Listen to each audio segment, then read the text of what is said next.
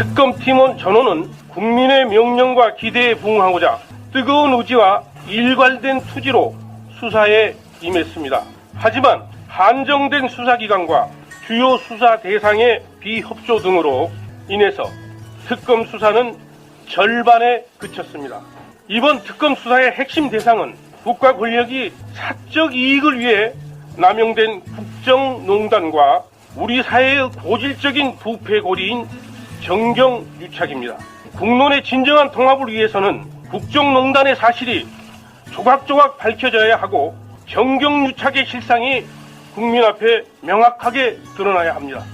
그 바탕 위에 새로운 소통과 화합의 미래를 이루갈 수 있다는 것이 특검팀 전원의 소망입니다. 그러나 저희들은 아쉽게도 이 소망을 다 이루지 못했습니다. 다시 한번 국민 여러분께 죄송하다는 말씀을 올립니다. 국민 여러분, 이제 남은 국민적 기대와 소명을 검찰로 되돌리겠습니다. 검찰은 이미 이 사건에 관하여 많은 노하우와 결정적인 증거를 확보하고 있는 것으로 알고 있습니다. 앞으로 검찰도 우리 특검이 수가로 수집한 수사 자료 등을 토대로 훌륭한 수사 성과를 낼 수 있을 것으로 기대합니다. 끝으로 수사기간 동안 국민 여러분께서 보내주신 뜨거운 지원과 격려에 진심으로 감사드립니다. 감사합니다. 자, 방송하는 오늘 특검이 수사 결과를 발표했습니다. 근데 이제 일단 전반적인 평은요, 특검이 수사 결과를 발표하기 전에 탄핵에 영향을 줄 수 있다, 이런 개념으로 박근혜 쪽에서 특히 이제 김진태 의원은 바로 특검 수사 발표하기 전에 뭐라 그랬냐면은 혐의 사실 공표가 될 수 있다, 당장 중단하라, 이렇게 이야기를 했거든요. 그 말을 듣고 보니까 너무 화가 나는 거예요. 노무현 대통령은 어떻게 죽였죠? 뇌물죄를 입증 못하니까 언론에 빨대를 흘려가지고 완전히 나쁜 사람으로 만들어 놓고 결국은 죽인 거 아니에요? 사상 초유의 논두렁 뇌물까지 있었죠. 그래서 시계도 아직도 못 찾았죠. 그래서 오늘 특검이 기자들과의 일문일답도 안 했고요. 굉장히 절제된 상태로 발표를 했습니다. 근데 실제로 특검법과 배치되는 측면이 없지 않아 있기는 해요. 혐의사실 공표와 국민의 알 권리에 이렇게 부딪히는 부분이 있거든요. 해석이 분분하긴 한데 어찌됐건 특검은 그런 논란에 휘말리지 않기 위해서 마지막에 박영수 특검이 다 발표하고 난 뒤에 이규철 특보, 우리 패셔니스타 그분께서 그렇게 이야기를 하더라고요. 그러저러한 이유로 기자들과의 질문 답 같은 거 못한다, 안 한다. 그러니까 저는 그거를 들으면서 그러면 이게 지금 대통령 탄핵이 꼭 법률적인 거냐부터 논쟁이 있을 거고, 저는 사실상 특검의 기자회견을 보면서 발표를 보면서 굉장히 눈시울이 좀 졌더라고요. 얼마만큼 저 기득권 세력들의 반발과 그리고 저 범죄자들의 모략, 그리고 수사도 제대로 응해주지 않고, 그리고 아직도 정유라도 오지 않고 우병우나 온갖 추잡한 일들은 다 저질러 놓고 어쨌든 수사에 동조하지 않았지 않습니까? 그런 측면에서 봤을 때 특검의 발표가, 그 발표 말 한마디 한마디가 가슴에 확 와 닿는 거야. 우리가 할 일이 너무 많구나. 그렇지. 그리고 저는 사실 그랬거든요. 헌재의 판결에 영향을 주기 위해서 반드시 범죄 사실을 낱낱이 밝혀야 됨에도 불구하고, 또는 명확하게 밝혀야 됨에도 불구하고 자꾸 헌재나 사회적 분위기를 보고 수사 결과가 헌재에 영향을 미칠까 봐 발표를 축소하거나 또는 기자들과 대화를 일문일답을 하지 않는 거에 대해서, 그것도 또한 국민의 알 권리를 침해된 거다. 어떤 힘에 의해서 저렇게 억압을 받을까? 국민의 지지의 96%를 받고 있음에도 불구하고 어떻게 특검이 저렇게 압력과 고통 속에서 수사를 했어야 되는가? 이런 측면에서 봤을 때 우리가 이 특검의 마지막 기자회견을 보면서 또 한 번 반성하고 또 한 번 이 나라를 다시 바꿔 나가는데 특검한테 힘을 실어줘야 되고, 앞으로도 이런 종류의 어쨌든 국가 개조를 하는 데 있어서 강력하게 국민들이 의지를 모아줘야 된다. 예. 네. 좋으신 말씀이고요. 일단요, 지금 박영수 특검팀이 기소한 피의자들만 봐도 이건 너무나 왕건이 대방출 뭐 이런 상태예요. 일단 뭐 최순실에 대해서도 추가 기소를 했습니다. 삼성으로부터 받은 게 430억 원대다, 이런 특혜를 제공을 받았다라는 혐의, 그리고 미얀마 K타운 관련되어서 또 딸 정유라 이대 입학과 관련된 특혜, 그리고 미얀마 그 주재경 대사, 유재경. 유재경 대사의 그 인사 개입 혐의까지를 포함해서 최순실에 대한 추가 기소가 들어갔고 거기다가 이제 삼성 일가와 관련을 해서 이재용 정말 이 최대 왕건이었죠. 이재용 삼성전자 부회장 박근혜 정부 비선 실세 최순실 일가에 대해 430억을 특혜를 지원한 혐의로 기소를 했고요. 그리고 그 외에도 뭐 박상진 사장, 최지성 미래전략실장, 이 사람이 부회장이네요. 그리고 장충기 차장, 그리고 황성수 전무, 이런 사람들이 이제 같이 굴비처럼 이제 엮여 들어간 것이고, 그리고 이제 받은 쪽이 있는 거니까 문영표, 이 사람이 이제 국민연금공단 이제 이사장을 했던 이 사람이 보건복지부 장관으로 재직 당시에 국민연금으로부터 이 의결권을 행사하게끔 압력을 넣었다라는 걸로 문영표가 들어가 있는 거고, 그리고 홍완선, 이 사람은 이제 국민연금 기금운용본부장으로 들어가 있는 거죠.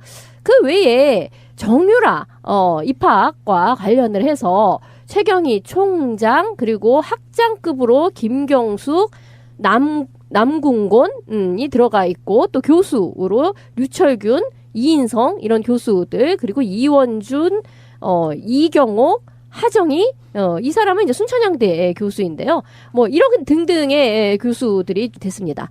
그리고 문학의 블랙리스트 관련해서 또 이제 최대 왕건이 김기춘, 그리고 조윤선, 그리고 김종덕 이제 장관, 그리고 정관주 차관, 신동철 정무비서관, 김소영 비서관, 김상률 청와대 교육문화수석, 이런 등등이 구속이 됐고, 박근혜 그 진료, 비선 진료 관련해서는 김영재 원장, 그리고 박채윤, 이 사람은 이제 그 부인인 거죠. 그리고 김상만 자문위, 그다음에 안종범 수석, 이영선 행정관, 전기양, 이 사람은 이제 원래 피부과 자문위인 전기양 교수, 그다음에 이임순, 이 사람이 이제 연결시켜줬다라는 그 순천향대 교수 등등이 지금 다 기소가 돼 있는 상태입니다. 여기서 이제 구속된 왕건이들 이재용, 문영표, 최경희, 김경숙, 남궁권, 유철균, 이인성, 조윤선, 김종덕, 정관주, 신동철, 박재윤, 여기다가 김기춘도 있고요. 그렇죠. 야, 초메모드급 수사. 예. 네. 뭐 아직 좀 몇 명 남았습니다만은, 우병우도 남았고 문고리 3인방도 남았습니다만은, 짧은 시간 내에 이렇게까지 수사를 한 거에 대해서 특검이 정말 저는 존경스럽고, 야, 이후에 검찰이 이 정도 원래 자기의 권한대로 행사한다면 대한민국 정말 반듯한 나라로 만들 수 있겠다라는 희망도 가져봐요. 근데 좀 아쉬운 점은 국민사초 안정범 수석이 이게 비선 진로하고 엮여서 그 분류되는 게 이게 참 안타깝네요. 이런 훌륭하신 분은 삼성의 옆에 두거나 최순실하고 연결해가지고 숨어져 있는 청와대 비사를 터트려 주신 분으로 이 한 분 자체가 따로 테마가 되었어야 할 뿐인데 겨우 여기에 묻혀 있다는 게 앞으로 제2차 특검이 필요한 또 하나의 이유가 아닌가 싶은 거예요. 아니 뭐 뮤지컬 같은 거 공연을 하면 앙상블이라 그래가지고 모든 장면에 배역을 바꿔가면서 이렇게 나오는 그런 출연진이 있죠. 대단한 맞아, 실력자들이세요, 사실은. 그 말씀하신 안종범 같은 사람이 바로 그런 분이라고 할 수가 있네요. 그러니까 문고리 3인방 전혀 지금 안 되고 있어서 특검이 어쨌든 뭐 반밖에 수사를 하지 못했다라는 것이고, 이제 향후에 남은 길은 우병우하고 정유라를 어떻게 이제 데려와서 수사를 마무리하는 거냐. 실무진까지 제가 알기로는 중앙의 국장급 정도까지는 어쨌든 처벌을 해야 되는 게 맞지 않는 거냐. 이게 범죄자들이 어쨌든 지휘자, 총괄자만 지금 검찰에서 손을 댔는데 실제로 여기에 부역한 국장급 이상까지는 저는 최소 4급에서 6급 이상까지는 전부 처벌받아야 된다, 공무원들이. 6급이면 뭐 거의 싹쓸이 아니야? 말을 대장급 아니야? 4급부터 3급, 3급 이상은 전부 지휘권을 갖고 있는 사람들은 처벌받아야 되는 게 맞고, 이후에 검찰에서 어쨌든 이것과 관련해서 지휘를 반드시 물어야 된다라고 좀 보고요. 근데 여기에서 이제 이게 어차피 헌재에 사실은 영향을 미치지 않으려고 나름으로 축소 국민들한테 보고했지만 특검이 실제로 지금 제가 유심히 본 것은, 그러니까 이화여대 입학은 뭐 저는 상식적인 비리라고 생각합니다. 그리고 대통령 비선 진료 같은 경우가 지금 밝혀지지 않았습니다. 아예. 그렇다고 친다면 지금 이것이 이 수사 결과가 헌재에서 받아들일 수 있는 방법은 뇌물죄와 이제 블랙리스트 두 개가 있을 텐데요. 근데 실제로 지금 박근혜 씨가 헌재에서 탄핵을 인용받을 수밖에 없었던 이유가 삼성이 지금 미래 전략 실장실에 2명이 기소돼 버린 상태입니다. 구속은 사실상은 구속을 하려고 마음 먹었다고 해요. 다 삼성 4명 다. 그런데 사장이 이제 구속돼 버린 상태에서 거의 부회장이지만 실질적으로 이제 오너죠. 이재용이 구속됨으로 인해서 이걸 좀 남겨놨다고는 얘기를 하나 얼마나 뇌물죄가 죄질이 나빴으면 삼성만 총 5명이고요. 이것과 관련해서 명확하게 어쨌든 기소되고 기소가 유지가 가능하다는 걸 봐서는 며칠 후에 있을 헌재 탄핵에서는 반드시 인용될 사유가 밝혀졌다. 이렇게 보는 것이고 두 번째는 문학의 블랙리스트 관련해서 우리가 이제 별로 이렇게 깊게 고민하지 않는 분위기가 있지만 이게 얼마나 죄질이 나쁘냐면 그래도 김기춘을 구속시켰다고 한다면요. 저는 문학의 블랙리스트와 관련해서 80% 수사가 됐다. 전 적어도. 그러면 김기춘을 쉽게 구속시킬 사람이 아니거든요. 거기다가 장관까지 다 현직 장관까지 구속시킨 초유 사태가 벌어진 거 아닙니까? 그럼 적어도 이 두 건에 관련해서는 분명히 박근혜가 유죄가 될 거다. 이런 측면에서 특검은 이 두 개에 굉장히 집중했던 흔적이 보이고 이것이 결국은 헌재 인용될 거다라는 게 보편적 상식인 거죠. 예, 이제 특검 이야기니까 그 나머지는 뭐 박근혜 탄핵에 대해서는 다시 겹치는 그런 이야기들 다시 한번 해볼게요. 다른 에 비해서. 특검이 수사 발표한 이야기를 해보면은 일단 삼성과 관련해 가지고 특혜 지시 정황이라는 게 참 웃겨요. 가장 완건일을 조사하지 못한 상태. 청와대라는 범죄의 본진을 조사하지 못한 상태에서 이런 말을 할 수밖에 없고요. 최순실 일가 재산이 2,700억인 걸 확인했다. 뭐 이런 거예요. 그 이상인 건데 그렇죠. 이제 확인된 게 2,700억. 이게 부동산 등기만 봤을 때 그렇죠. 지금. 그러니까 요거를 이 정도 일가라고만 믿는 국민은 단 한 명도 없을 거예요. 원래 부자들 그런 경우 굉장히 많잖아요.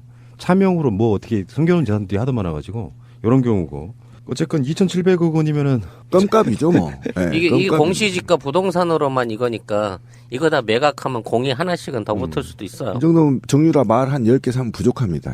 근데 특검이 이번에 이제 발표는 99장 정도 그 발표문을 들고 나왔다고 하는데 조사한 보고서로는 일반 검찰한테 넘겨준 수사 자료들이 1톤 트럭 한 대분이래요. 오늘부터 검찰이 다시 특별수사본부를 가동시켰어요. 그러니까 그걸 받아가지고 이제 얘네들은 무제한이잖아. 지네들이 그렇지. 기한이 없지.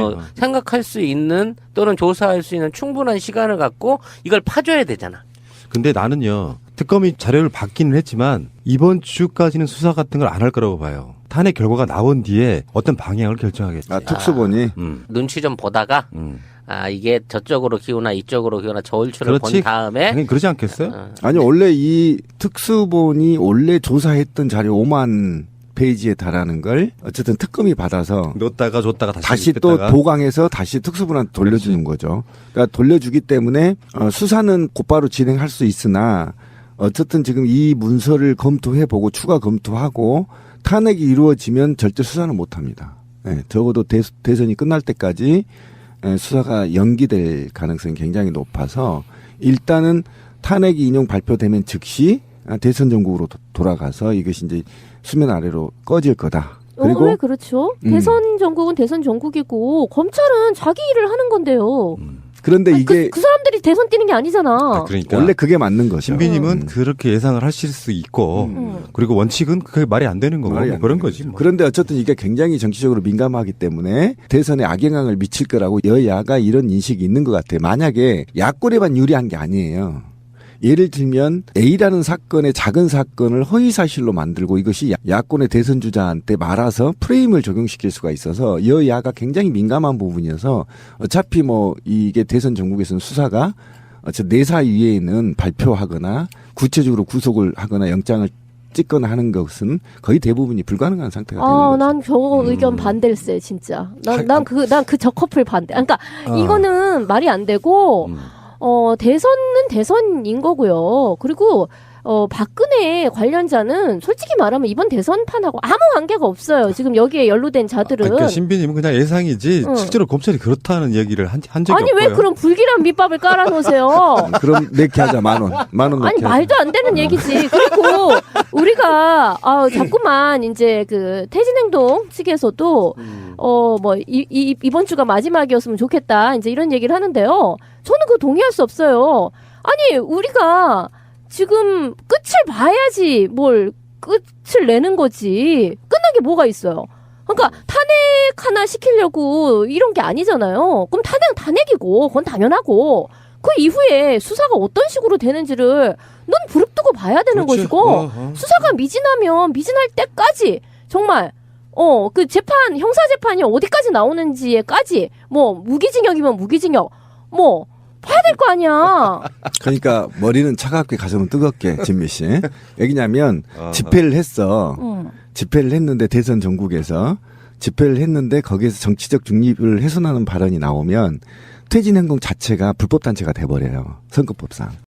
그러면 이게 지금 대통령 탄핵이 꼭 법률적인 거냐부터 논쟁이 있을 거고 저는 사실상 특검의 기자회견을 보면서 발표를 보면서 굉장히 눈시울이 좀 졌더라고요. 얼마만큼 저 기득권 세력들의 반발과 그리고 저 범죄자들의 모략 그리고 수사도 제대로 응해주지 않고 그리고 아직도 정유라도 오지 않고 우병우나 온갖 추잡한 일들은 다 저질러 놓고 어쨌든 수사에 동조하지 않았지 않습니까? 그런 측면에서 봤을 때 특검의 발표가 그 발표 말 한마디 한마디가 가슴에 확 와닿는 거야. 우리가 할 일이 너무 많구나. 그렇지. 그리고 저는 사실 그랬거든요. 헌재의 판결에 영향을 주기 위해서 반드시 범죄 사실을 낱낱이 밝혀야 됨에도 불구하고 또는 명확하게 밝혀야 됨에도 불구하고 자꾸 헌재나 사회적 분위기를 보고 수사 결과가 헌재에 영향을 미칠까 봐 발표를 축소하거나 또는 기자들과 대화를 일문일답을 하지 않는 거에 대해서 그것도 또한 국민의 알 권리를 침해된 거다. 어떤 힘에 의해서 저렇게 억압을 받을까? 국민의 지지의 96%를 받고 있음에도 불구하고 어떻게 특검이 저렇게 압력과 고통 속에서 수사를 했어야 되는가? 이런 측면에서 봤을 때 우리가 이 특검의 마지막 기자회견을 보면 굴비처럼 이제 엮여 들어간 것이고 그리고 이제 받은 쪽이 있는 거니까 문영표 이 사람이 이제 국민연금공단 이제 이사장을 했던 이 사람이 보건복지부 장관으로 재직 당시에 국민연금으로부터 이 의결권을 행사하게끔 압력을 넣었다라는 걸로 문영표가 들어가 있는 거고 그리고 홍완선 이 사람은 이제 국민연금 기금운용본부장으로 들어가 있는 거죠. 그 외에 정유라 입학과 관련을 해서 최경희 총장 그리고 학장급으로 김경숙 남궁곤이 들어가 있고 또 교수로 류철균 이인성 이런 교수들 그리고 이원준 이경옥 하정희 이 사람은 이제 순천향대 교수인데요. 뭐 이런 등등의 교수들이 됐습니다. 그리고 문학의 블랙리스트 관련해서 또 이제 최대 왕건이 김기춘 그리고 조윤선 그리고 김종덕 이제 장관 그리고 정관주 차관 신동철 정무비서관 김소영 비서관 김상률 청와대 교육문화수석 이런 등등이 구속이 됐고 박근혜 그 진료 비선 진료 관련해서는 김영재 원장 그리고 박채윤 이 사람 훌륭한 수사 성과를 낼 수 있을 것으로 기대합니다. 끝으로 수사 기간 동안 국민 여러분께서 보내주신 뜨거운 지원과 격려에 진심으로 감사드립니다. 감사합니다. 자, 방송하는 오늘 특검이 수사 결과를 발표했습니다. 근데 이제 일단 전반적인 평은요. 특검이 수사 결과를 발표하기 전에 탄핵에 영향을 줄 수 있다. 이런 개념으로 박근혜 쪽에서 특히 이제 김진태 의원은 바로 특검 수사 발표하기 전에 뭐라 그랬냐면은 혐의 사실 공표가 될 수 있다. 당장 중단하라. 이렇게 이야기를 했거든요. 그 말을 듣고 보니까 너무 화가 나는 거예요. 노무현 대통령을 어떻게 죽였죠? 뇌물죄를 입증 못하니까 언론에 빨대를 흘려가지고 완전히 나쁜 사람으로 만들어 놓고 결국은 죽인 거 아니에요? 사상 초유의 논두렁 뇌물까지 있었죠. 그래서 시계도 아직도 못 찾았죠. 그래서 오늘 특검이 기자들과의 일문일답도 안 했고요. 굉장히 절제된 상태로 발표를 했습니다. 근데 실제로 특검법과 배치되는 측면이 없잖아 있기는 해요. 혐의사실 공표와 국민의 알 권리에 이렇게 부딪히는 부분이 있거든요. 해석이 분분하긴 한데 어찌됐건 특검은 그런 논란에 휘말리지 않기 위해서 마지막에 박영수 특검이 다 발표하고 난 뒤에 이규철 특보 우리 패셔니스타 그분께서 그렇게 이야기를 하더라고요. 그러저러한 이유로 기자들과의 질문 답 같은 거 못한다 안 한다. 그러니까 저는 그거를 들으면서 특검팀원 전원은 국민의 명령과 기대에 부응하고자 뜨거운 의지와 일관된 투지로 수사에 임했습니다. 하지만 한정된 수사기관과 주요 수사 대상의 비협조 등으로 인해서 특검 수사는 절반에 그쳤습니다. 이번 특검 수사의 핵심 대상은 국가 권력이 사적 이익을 위해 남용된 국정농단과 우리 사회의 고질적인 부패고리인 정경유착입니다. 국론의 진정한 통합을 위해서는 국정농단의 사실이 조각조각 밝혀져야 하고 정경유착의 실상이 국민 앞에 명확하게 드러나야 합니다. 그 바탕 위에 새로운 소통과 화합의 미래를 이루갈 수 있다는 것이 특검팀 전원의 소망입니다. 그러나 저희들은 아쉽게도 이 소망을 다 이루지 못했습니다. 다시 한번 국민 여러분께 죄송하다는 말씀을 올립니다. 국민 여러분, 이제 남은 국민적 기대와 소명을 검찰로 되돌리겠습니다. 검찰은 이미 이 사건에 관하여 많은 노하우와 결정적인 증거를 확보하고 있는 것으로 알고 있습니다. 앞으로 검찰도 우리 특검이 수가로 수집한 수사 자료 등을 토대로 또 한 번 반성하고 또 한 번 이 나라를 다시 바꿔 나가는데 특검한테 힘을 실어줘야 되고 앞으로도 이런 종류의 어쨌든 국가 개조를 하는 데 있어서 강력하게 국민들이 의지를 모아줘야 된다. 예. 좋으신 말씀이고요.